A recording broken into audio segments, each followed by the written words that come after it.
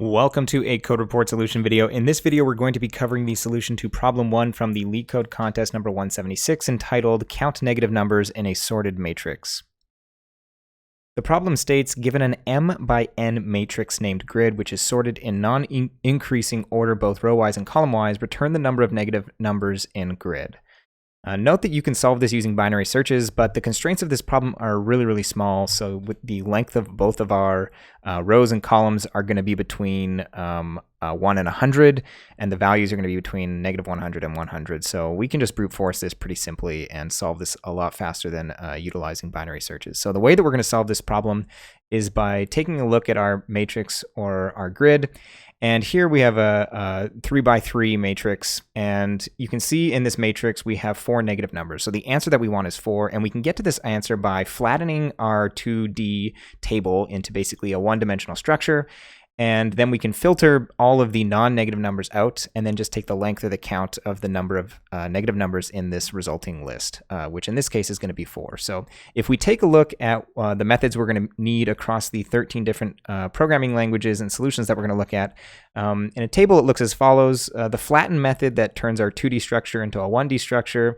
In most languages is called flatten. In C++ and D it's called join. In Kotlin they don't actually have an explicit flatten, but they have a more general flat map which you can use. FSharp you need to use reduce plus the append binary operation, and in Elixir and Haskell it's called concat. For the filter method, every single language calls this filter, and for a few of them they actually bundle a filter overload with their count, and those languages are Ruby, D, and Scala. And for the remaining languages, you have to make an explicit call to sort of a reduction algorithm that gets you the number of elements in your list. So a few languages call this count. A few languages call this length, and C++ in C++20 calls this distance, but we're actually going to be hand rolling our own in order to use it with sort of the piping syntax. So taking a look at our first solution, that's the Python solution. So this is a very non-idiomatic Python solution, but many beginners write their code like this. So we are basically just initializing our answer that we're going to return at the end to 0, and then we have a nested for loop for each row in grid, and for each element in row, we check, is it less than 0? And if so, we increment our answer. This is what I call the ITM anti-pattern, initializing and then modifying. You typically want to try and avoid this when you can, because mutation in general is just bad. It makes code less readable, and it exposes more opportunities for bugs. And this is 1, 2, 3, 4, 5, 6 lines. And the next solution we're going to look at is a single line that doesn't use any sort of explicit mutation and modification per se. So the idiomatic Python solution you should use makes its use of generator expressions, and we basically still have a nested for loops, but it's in the generator expression syntax. So for j in grid and for I in j, so basically you're going to look at every single element in your 2D grid. You're checking, is I less than 0? If so, that's going to basically return you a true. And when you do a reduction via the sum algorithm on that generator expression, you're going to get the total number of numbers that are negative. So this is much cleaner than the nested for loop solution from before, and I highly recommend you try to prefer to write code like this. Moving on to our next solution, this is the Ruby solution, and this is extremely nice in my opinion. I'm not a Ruby developer. This is the first line of Ruby I've ever written in my life, but it's extremely nice. So you basically just call flatten on grid and then call count on flatten, and count gives you an overload that you can give it a unary predicate to do your filter at the same time as your count. So here you're basically just checking, is the element less than 0, and count those. So super nice. Our next solution is the C++ solution. We're skipping straight to the C++20 ranges solution because there really is no nice way to do it before C++20. Like, you can solve it, but it just doesn't look nearly as nice as this. So here we're making a call to join to turn our sort of range of ranges into a single range.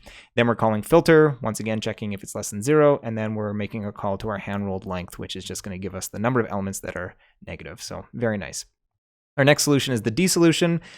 Somewhat similar to the C++ solution, we first make our call to join, but similar to the Ruby and later, as we'll see, Scala Solution, we are making a call to count and passing it a unary predicate to do our filter at the same time. So quite nice. And D has stronger typing than C++, so you have to do an explicit cast in order to return an integer at this point. Our next solution is the Rust solution, always very beautiful.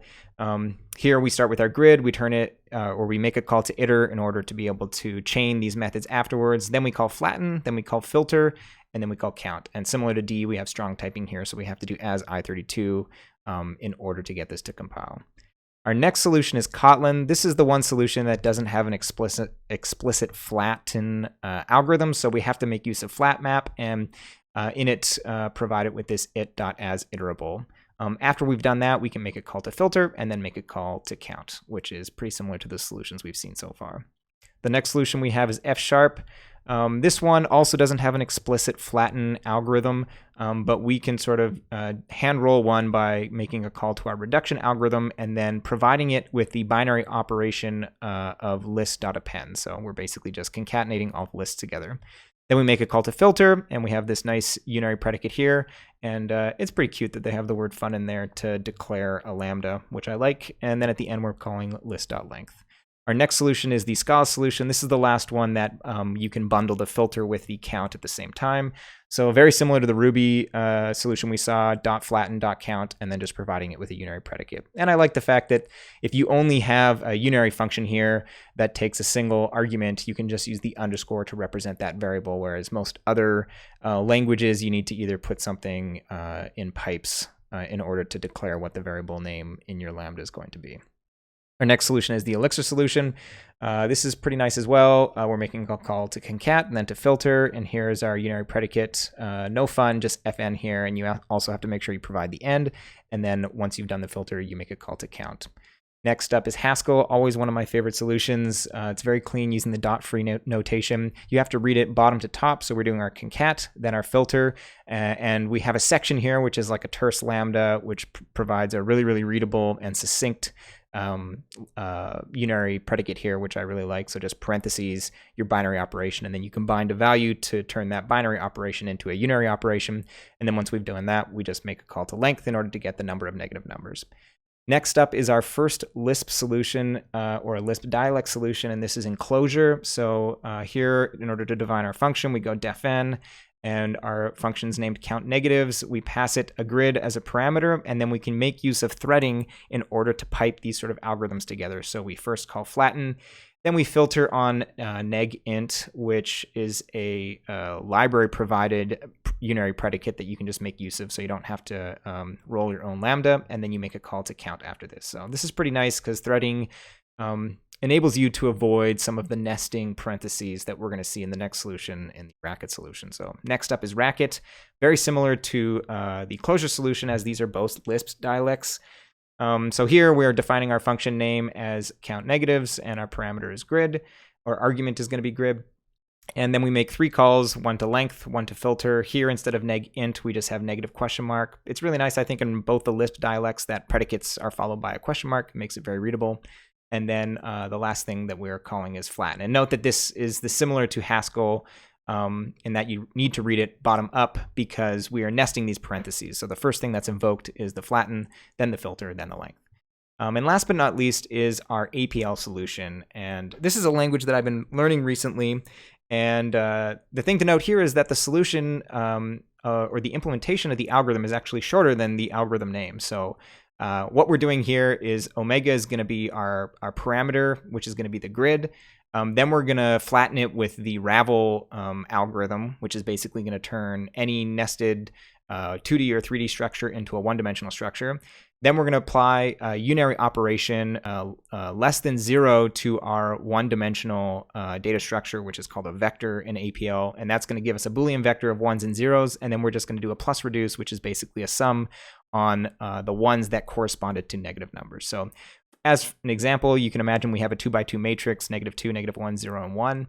And then if we call our algorithm on this, plus reduce 0 greater than ravel mat, you can see the first thing that happens is we flatten our 2D matrix into a one-dimensional vector.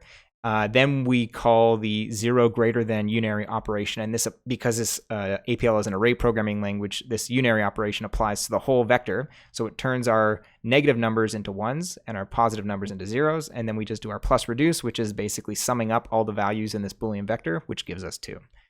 So the last thing to talk about is the time complexity for all of these solutions, which is going to be linear in the number of elements in your matrix. Or in other words, it's going to be big O of n times n if n is the length of your rows and m is the number of columns. As always, if you enjoyed this video and found it helpful, hit that like button. If you want to see more, make sure to hit that subscribe button. You can follow me on Twitter for reminders 30 minutes before contests start, and you can find all of the code shown in my videos on my GitHub page. Thanks for watching, and I'll see you in the next video.